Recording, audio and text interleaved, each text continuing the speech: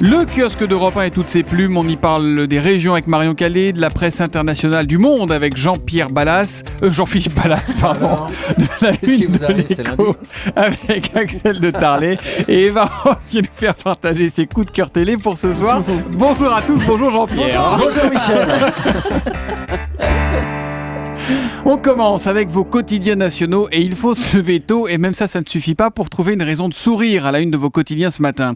Globalement, c'est le bruit des bottes et la situation en Irak qui occupe et préoccupe vos journaux, que ce soit Libération, Le Figaro ou Aujourd'hui en France, qui nationalisent en quelque sorte le débat et titre « Le risque terroriste en France ». Quand on lit ce que dit le directeur de l'unité de coordination de la lutte antiterroriste, on n'est pas franchement rassuré.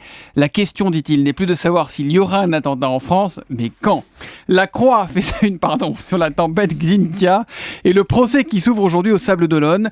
Les fautes et négligences en procès, titre le quotidien. Seule raison de se réjouir finalement, et encore, elle concerne la catégorie des amoureux du foot qui sont supporters de l'OM. C'est la une de l'Équipe, l'OM comblé, on l'évoquait avec Jérôme Lacroix à l'instant, après la victoire marseillaise d'hier qui permet entre autres aux Marseillais de doubler le PSG au classement.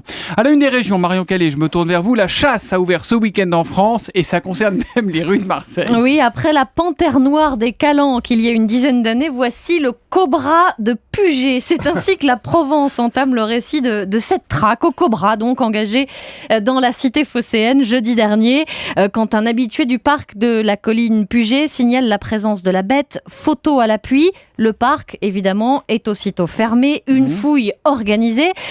Le problème, c'est que le témoin s'est évanoui dans la nature peu de temps après avoir donné ce cliché, qui en plus, d'après la Provence, peut avoir été pris n'importe où, monochrome, de mauvaise qualité, même pas sûr fait qu'il y ait un serpent dans ce parc, qui pourtant a été fermé, principe de précaution oblige, et si la fouille du jour de ce lundi ne donne rien, il devrait rouvrir dans les prochaines heures. La traque au cobra ou au serpent à Sornette, la Provence pose la question ce matin. C'est joli le serpent. En tout cas, il n'y a pas besoin d'avoir de serpent pour avoir une psychose au serpent, visiblement.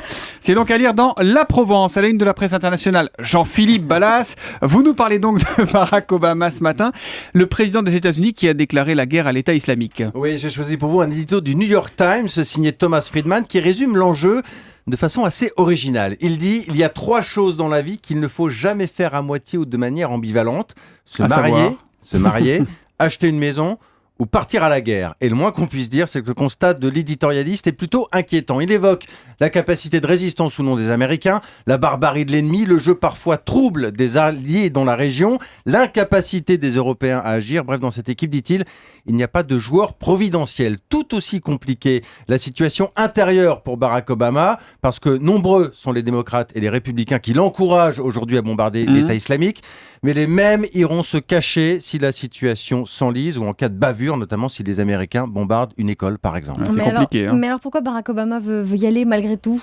Le New York Times pose la même question que vous, Marion. Alors d'abord, il y a l'enjeu stratégique, évident. Il ne faut pas laisser les terroristes s'installer, se développer dans la région. Il y a aussi des sondages. C'est important. Depuis l'exécution de 2 journalistes américains, l'opinion aux États-Unis est en train de basculer, plutôt favorable à une intervention. Mais ici, il n'est pas question des Américains, il est question des Irakiens et des Syriens. C'est ce que dit Thomas Friedman. Il y a les divisions internes, il y a la corruption dans ces pays, comme s'il y avait au fond un ennemi de l'extérieur, l'État islamique, et un ennemi de l'intérieur, les Irakiens, les Syriens, avec tous ces problèmes de corruption aujourd'hui. Une situation instable. Quel est leur plan, finalement ? C'est la question que pose le New York Times, et c'est le titre de cet édito. Quel est le plan ? Justement, on va en parler ce matin à l'Élysée avec cette conférence internationale. Notez qu'à 8h20, Fouad Massoum, qui est le président irakien, sera l'invité exceptionnel de Jean-Pierre Elkabbach pour l'interview politique d'Europe 1. Merci Jean-Philippe Ballas. Je me tourne vers Axel de Tarlet. On est un peu dans le mode tu veux ou tu veux pas sur le coup de pouce pour les petites retraites. Ça a été oui, ça a été non. Eh ben c'est oui. Voilà, exactement, faut suivre. Donc hier, finalement, après nous avoir dit tu veux pas, hier, Manuel Valls dans le JDD a dit tu veux, puisque, je cite, il entend compenser l'effet négatif de l'inflation sur les petites retraites. Alors en fait, petite retraite, dans la tête de Manuel Valls, apparemment, ça veut dire qu'il va revaloriser uniquement le minimum vieillesse et non Donc pas... c'est ceux qui touchent... Alors ça c'est alors maintenant ça s'appelle l'allocation de solidarité aux personnes âgées, c'est ASPA.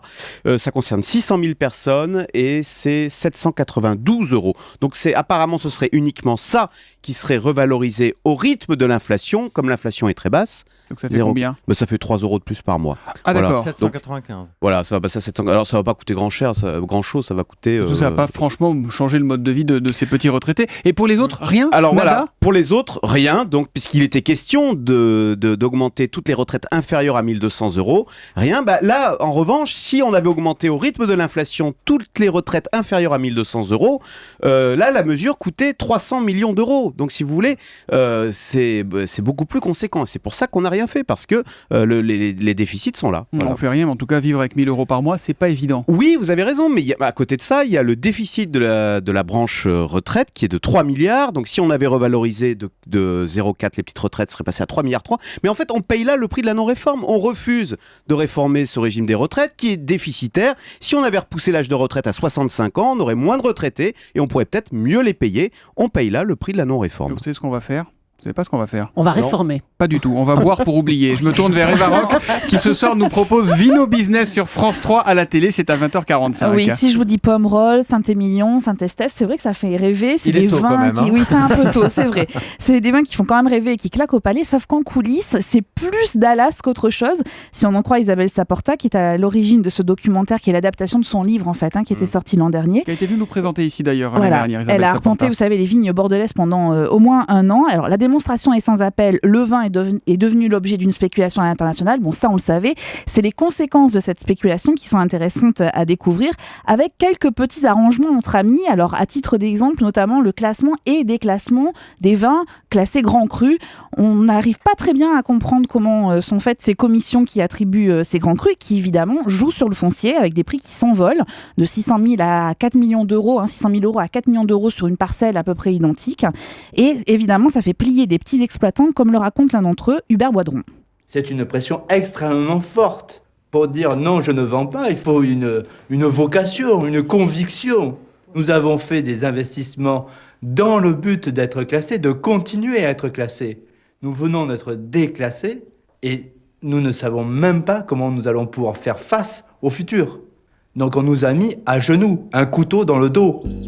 Voilà, donc c'est sans appel, tout le documentaire est comme ça. Vous allez découvrir deux mondes. Ça fait beaucoup d'ennemis avec ce oui, bouquin, oui, avec ce tout à fait. documentaire. Tout le monde n'est pas d'accord. Le documentaire est un peu plus soft que le bouquin. livre. Voilà. Il y a en fait, c'est un peu manichéen parce que vous découvrez d'un côté les gros exploitants qui n'hésitent pas à utiliser des levures chimiques pour uniformiser le goût, ou les pesticides, qui est sans doute le passage le plus important. Oui, parce que moi je trouve Axel que Detarlet. ce qui sort de son livre, et c'est vrai, le vin est le seul produit où vous n'avez pas la composition de l'étiquette. Vous achetez n'importe quoi, un yaourt, on vous dit Ah oui, c'est glucides. vrai. Oui. Le vin, c'est le seul. Et alors, Isabelle Saporta raconte avec beaucoup d'humour.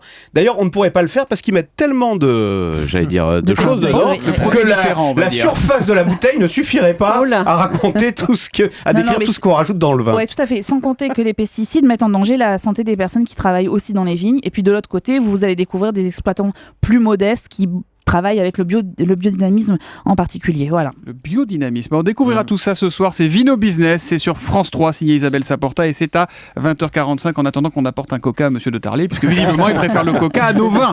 Rideau sur le kiosque pour ce matin. 6h-9h, Thomas Soto sur Europe 1.